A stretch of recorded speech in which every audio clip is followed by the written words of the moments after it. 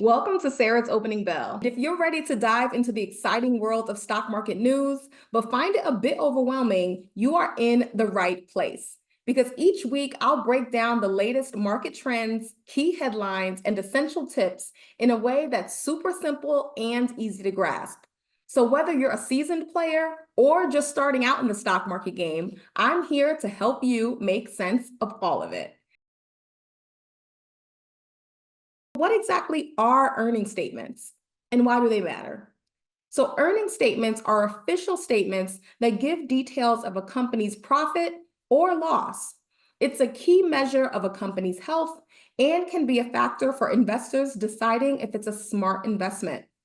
Financial statements are useful for a company because they can show which parts of the business are thriving and which are struggling, whether overall profits are shrinking or growing, and by how much, and whether the company has enough cash to keep running smoothly. My Napkin Finance shared a great suggestion that a quarterly earnings statement is like the business equivalent to asking a company, "How you doing?" With tens of thousands of stocks to choose from, how do you even go about selecting a few that's worth buying? Now, many intentional investors have three big things in common. One, they have decided in advance what they want their portfolios to achieve, and they're determined to stick with it. In other words, they set a goal and they aim to reach it. Two, they stay aware of the daily news, trends, and events that drive the economy and every company in it. So stay informed. And the Stock Market Games portfolio, market feed, and research section are the perfect places to do that.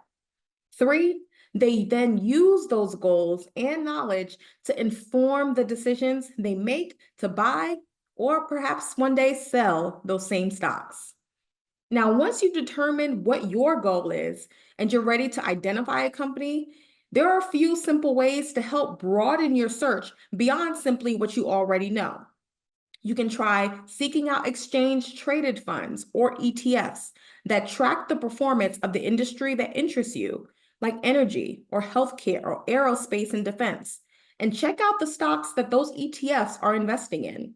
This can be as simple as searching for Industry X ETF, and that official ETF page will disclose the fund's top holdings. Let's break down what we mean by the market is down. This is typically referring to a significant decline in stock prices across a variety of sectors. So this can be measured through major indexes like the S&P 500, the NASDAQ Composite, and the Dow Jones Industrial Average.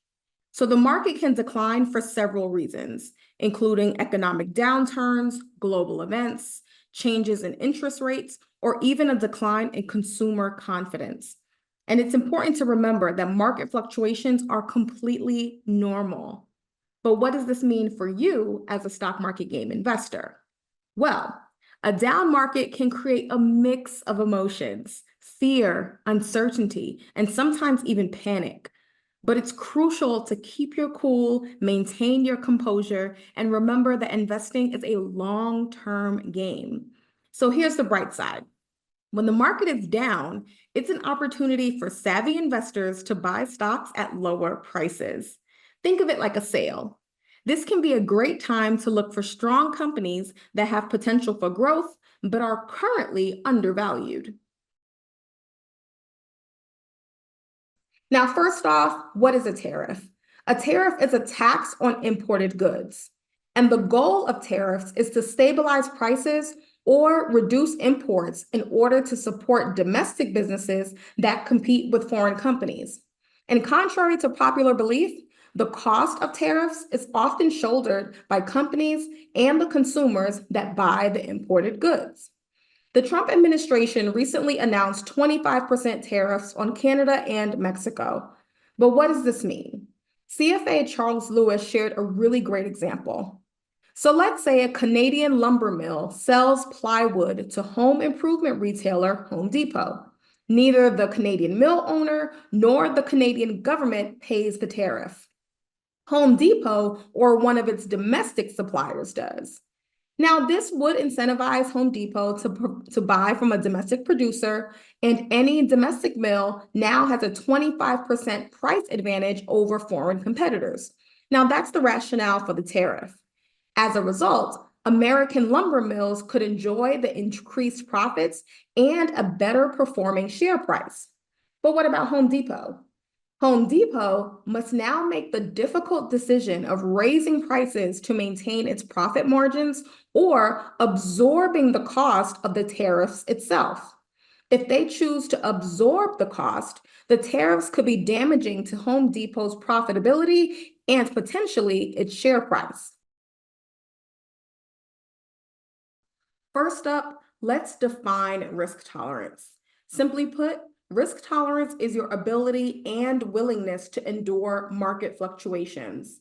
It's influenced by various factors like your financial situation, your investment goals, and your own comfort with uncertainty. Now, knowing your risk tolerance is crucial because it helps you decide what types of investments align with your comfort zone. Now, there's no getting away from it, right? All investments come with some level of risk.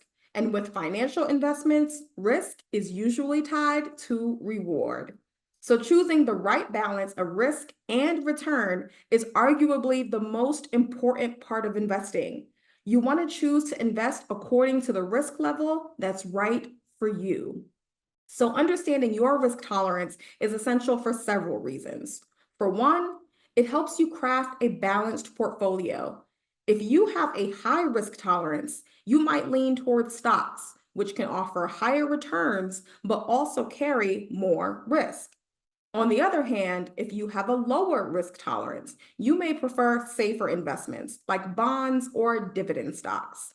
Now, during turbulent times, it can be tempting to make riskier investment choices like short selling or buying on margin in order to hopefully achieve faster and larger gains. But this is where your risk tolerance really comes into play. It's important to remember that these potentially high reward strategies are also incredibly risky. But let's talk more next week because markets are now open.